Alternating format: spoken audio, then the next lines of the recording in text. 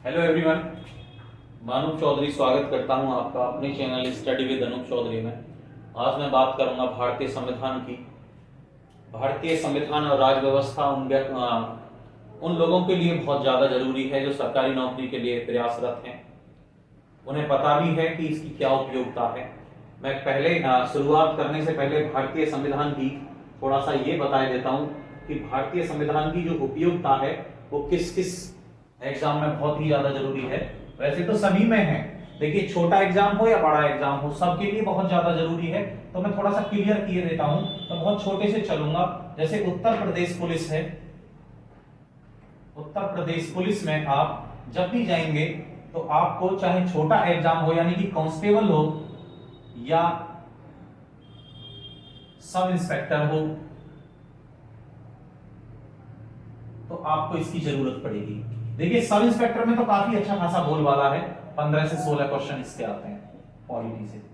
कहा भी गया है कि भारतीय संविधान और जो अनुबंध दे रखे हैं यानी कि आईपीसी सीआरपीसी जो सेक्शंस दे रखे हैं उसके 24 क्वेश्चंस यहाँ दे आते हैं। 40 क्वेश्चन का एक पार्ट होता है जीके का, उसमें से 24 क्वेश्चन यहाँ दिए होते हैं। यहाँ की बात की जाए तो 4 से 5 क्वेश्चन यहाँ भी आ जाते हैं। ठीक, बात करता हूं अब एसएससी जीडी की। मैं भी यही चल रहा हूं एसएससी जीडी। अगर एसएससी की बात की जाए, आप जीडी की बात करिए, सीजीएल की बात करिए, सीपीओ की बात करिए, सीएचएसएल की बात करिए, तो यहां भी उपयोगी है ये और 4 से 5 क्वेश्चन हमेशा आते हैं। ठीक है, एक दो ऊपर नीचे हो जाए वो एक अलग बात है। अब मैं बात करता हूं थोड़ा ऊपर यानी कि बड़े लेवल पर। जब आप यूपी पीसीएस देने बैठेंगे, यूपी पीसीएस जब आप देने बैठेंगे तो आपको 17 से 18 क्वेश्चन, हो सकता है इससे ज्यादा चले जाए या एक दो कम रह जाए, तो आपको भारतीय संविधान यानी कि राजनीति से, भारतीय संविधान और राज व्यवस्था से क्वेश्चन आपको मिलेंगे। ठीक है, बहुत ही अच्छे तरीके में। तो मैं आज मैं इसकी शुरुआत कर रहा हूं। अभी मेरे चैनल पर जो आज होगी वो इसकी पहली वीडियो होगी। आप थोड़ा सा डीपली देखें यानी कि आराम से पढ़ने की कोशिश करें। ठीक, देखते हैं क्या है। भारतीय संविधान का जो पहला टॉपिक है वो मैं आपको पढ़ा रहा हूं और वो है भारत का संवैधानिक इतिहास। भारत का संवैधानिक इतिहास। भारत का जो संवैधानिक इतिहास है वो कहां से शुरू हुआ था और कब शुरू हुआ था ये आपको मैं बताऊंगा। देखिए, भारत का संवैधानिक इतिहास यानी कि भारतीय संविधान के साथ साथ जैसे ही हम भारतीय संविधान को खत्म करेंगे उसके साथ साथ ही मैं आपको आधुनिक भारत भी पढ़ाऊंगा, क्योंकि भारतीय संविधान और आधुनिक भारत जब तक दोनों नहीं पढ़े जाते तो ना तो आधुनिक भारत पूरा होता है और ना ही भारतीय संविधान पूरा होता है। ये बात आप बहुत अच्छे तरीके में सीख लें। भारतीय संवैधानिक इतिहास या विकास कहां से शुरू हुआ था ये मैं आपको बता देता हूं। देखिए, भारत में ईस्ट इंडिया कंपनी आई थी, यानी कि क्या था, भारत में ईस्ट इंडिया कंपनी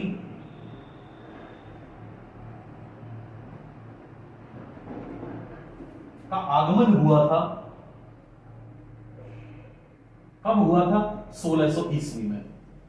भारतीय यानी कि भारत में जब ईस्ट इंडिया कंपनी आई थी तो उसका जो आगमन हुआ था वो 1600 ईस्वी में हुआ था।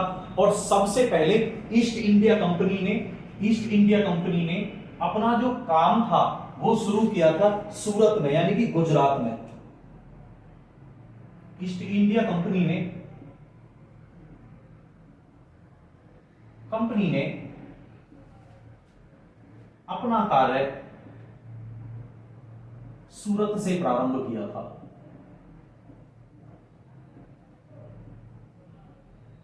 सूरत से प्रारंभ किया था।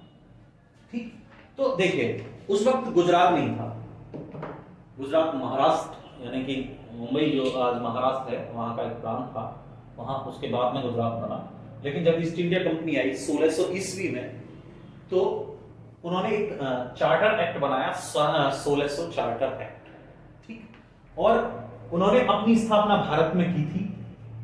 ईस्ट इंडिया कंपनी ने सबसे पहला जो कारोबार शुरू किया था वो अपना कहां से? सूरत से शुरू किया था। और जो ये काम था, प्रारंभ का जो कार्य था, उसने क्या कहा था? 15 वर्ष के लिए व्यापार करने का अधिकार प्राप्त किया था। यानी कि व्यापार करने का जो अधिकार था प्रारंभ में, व्यापार करने का जो अधिकार था वो था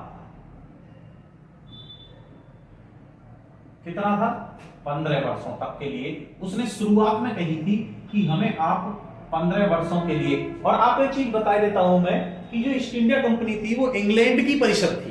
कहां की थी? इंग्लैंड की परिषद थी। और इन्होंने कहा था कि आप हमें जो अधिकार दे रहे हैं वो बस 15 वर्षों के लिए आप हमें अधिकार दे दीजिए, यानी कि हम सिर्फ आपके यहाँ 15 वर्षों तक कारोबार करेंगे।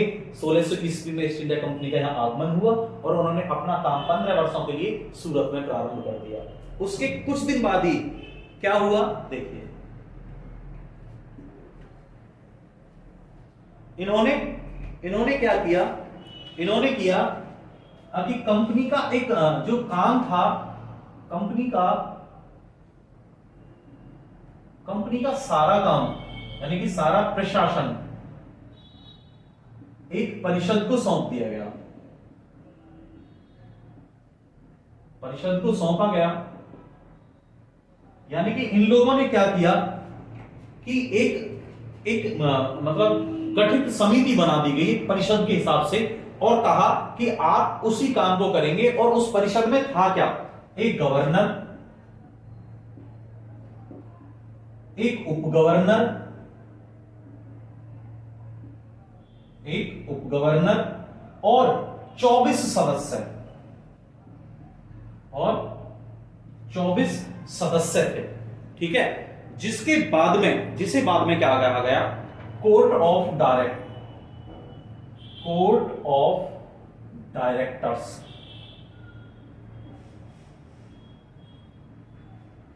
व निदेशक मंडल। यानी कि यह कह दिया गया, देखिए इन्होंने क्या कहा, इन्होंने कहा कि हम 1600 ईस्वी में, यानी कि ईस्ट इंडिया कंपनी 1600 ईस्वी में भारत में आई, यानी कि उसने आगमन किया। आगमन करने के बाद उन्होंने परमिशन ली कि हमें सिर्फ 15 वर्ष तक के लिए परमिशन दे दीजिए, हमें 15 वर्ष तक यहां व्यापार करना है।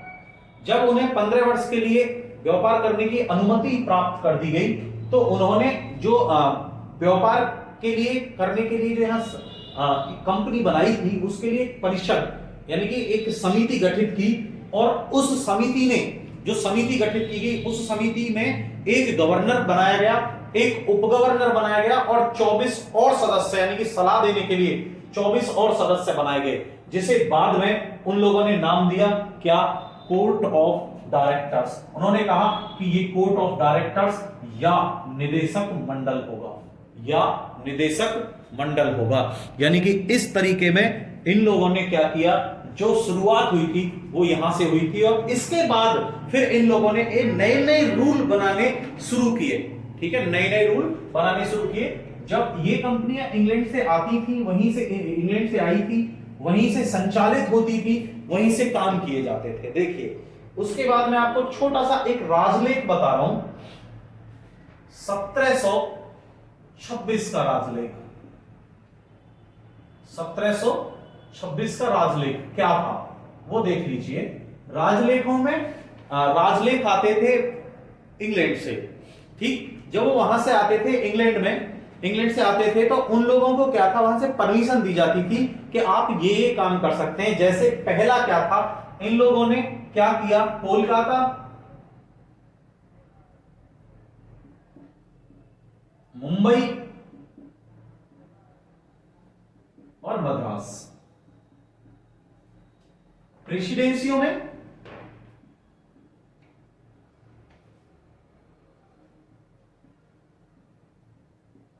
प्रेसिडेंसियों के राज्यपालों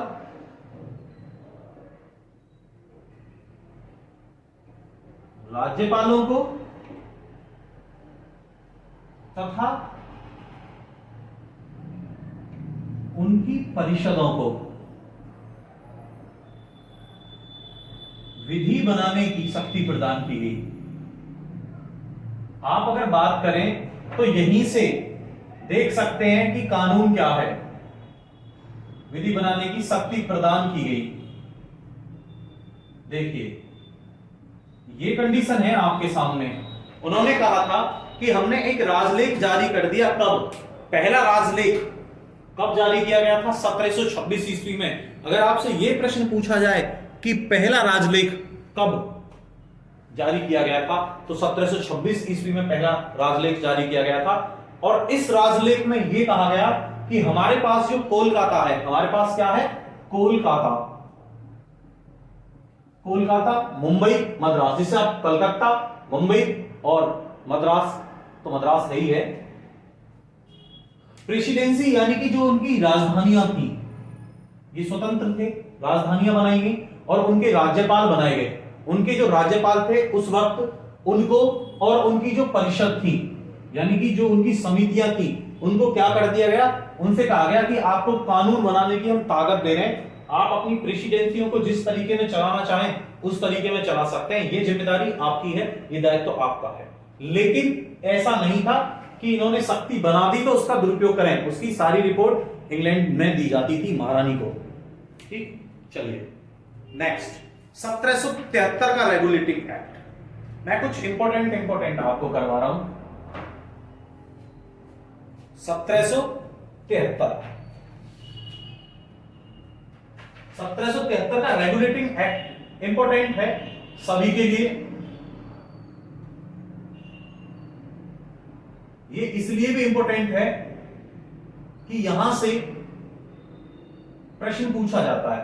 मैं बता रहा हूं, देखिए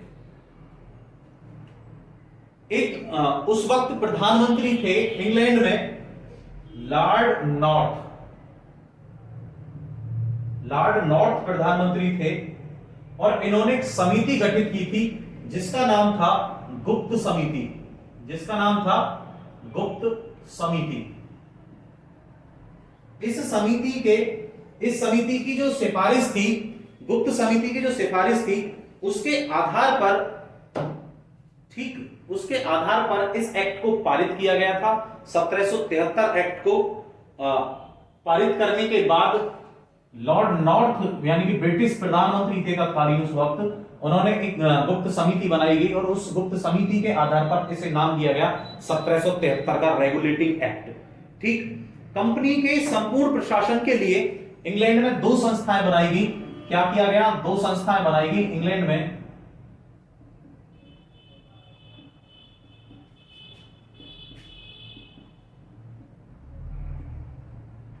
इंग्लैंड में कंपनी के शासन के लिए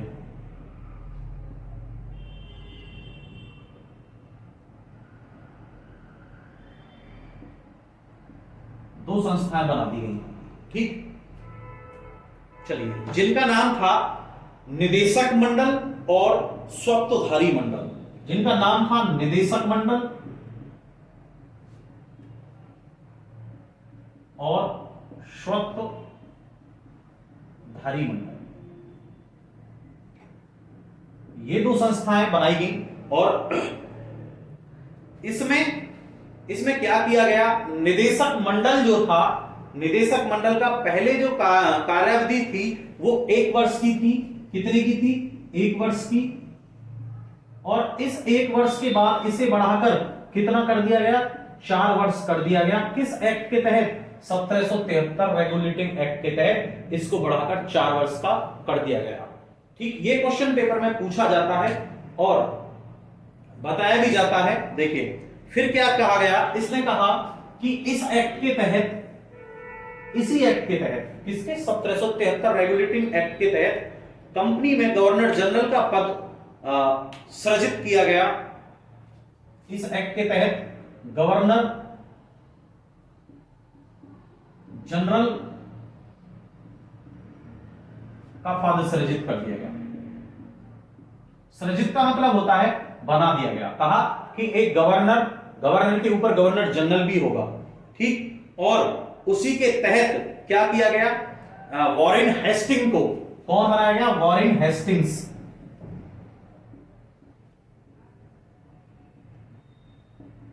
वॉरेन हेस्टिंग्स को पहला गवर्नर जनरल बनाया गया और कार्यकारिणी में 4 और सदस्यों को शामिल कर दिया गया। कितने सदस्य? 4 सदस्य कार्यकारिणी जो थी उसमें शामिल कर दिए गए और उनके नाम थे, मैं लिखवाए दे रहा हूं, 4 सदस्य जो थे उन्हें शामिल किया गया। पहला था फिलिप फ्रांसिस, फिलिप फ्रांसिस ये था। दूसरा था क्लेवरिग, तीसरा था क्लेवरिग, तीसरा था मानसन और चौथा था बरवेल, चौथा था बरवेल। ये इनकी कंडीशन थी, यानी कि इन्होंने एक जो समिति बनाई थी उसमें इन 4 लोगों को भी शामिल किया गया और वॉरेन हेस्टिंग्स को गवर्नर जनरल बनाया गया, यानी कि प्रथम पहली बार जो गवर्नर जनरल बनाया और पद जो सृजित किया गया, पहली बार वॉरेन हेस्टिंग्स को गवर्नर जनरल बनाया गया था। ठीक, देखिए एक और काम इन लोगों ने किया। क्या किया इन लोगों ने? इस अधिनियम के तहत 1774 में कलकत्ता में एक सर्वोच्च न्यायालय, क्या किया? सर्वोच्च यानी कि उच्चतम न्यायालय की स्थापना कर दी। प्रश्न आपसे पूछा जाएगा जिसके मुख्य न्यायाधीश कौन थे? मुख्य न्यायाधीश थे सर एलिजा इम्पे, ये इनका नाम था। मुख्य न्यायाधीश थे बेटा सर एलिजा इम्पे। और मैं आपको बता देता हूं इनके साथी और थे 3 लोग जिनका नाम था लिविंगस्टन, हाइट और चेम्बर्स। ठीक,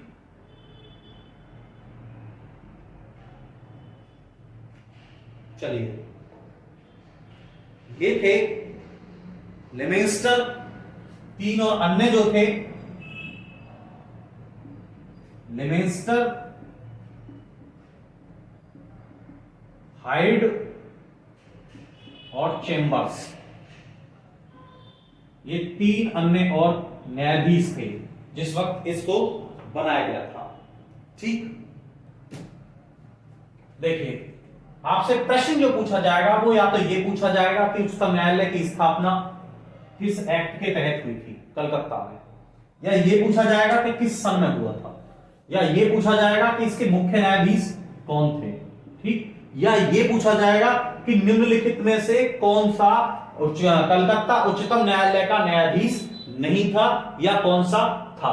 तो उस वक्त जब बनाया गया था इसे 1774 में 1773 के रेगुलेटिंग एक्ट के तहत, तो जो उस वक्त जब बनाए गए थे तो मुख्य न्यायाधीश जो थे वो सर एलिजा इम्पे थे और अन्य जो 3 न्यायाधीश थे वो थे लिविंगस्टन, हाइड और चेम्बर्स। इस चीज का विशेष ध्यान रखें, बहुत ही ज्यादा इंपॉर्टेंट क्वेश्चन है और इससे पूछा भी जाएगा, ऐसा नहीं है कि ना पूछा जाए।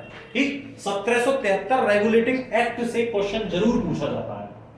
ठीक, नेक्स्ट देखिए, नेक्स्ट क्वेश्चन और है 1773 रेगुलेटिंग एक्ट में। ठीक है, इसमें क्या किया कि कर्मचारियों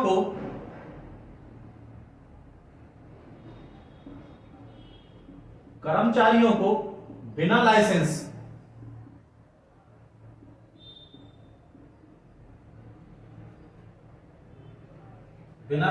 निजी व्यापार,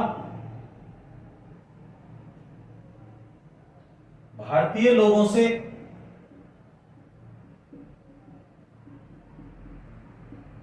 उपहार लेने और रिश्वत, और क्या? और रिश्वत को प्रतिबंधित कर दिया गया। क्या कर दिया? प्रतिबंधित कर दिया गया।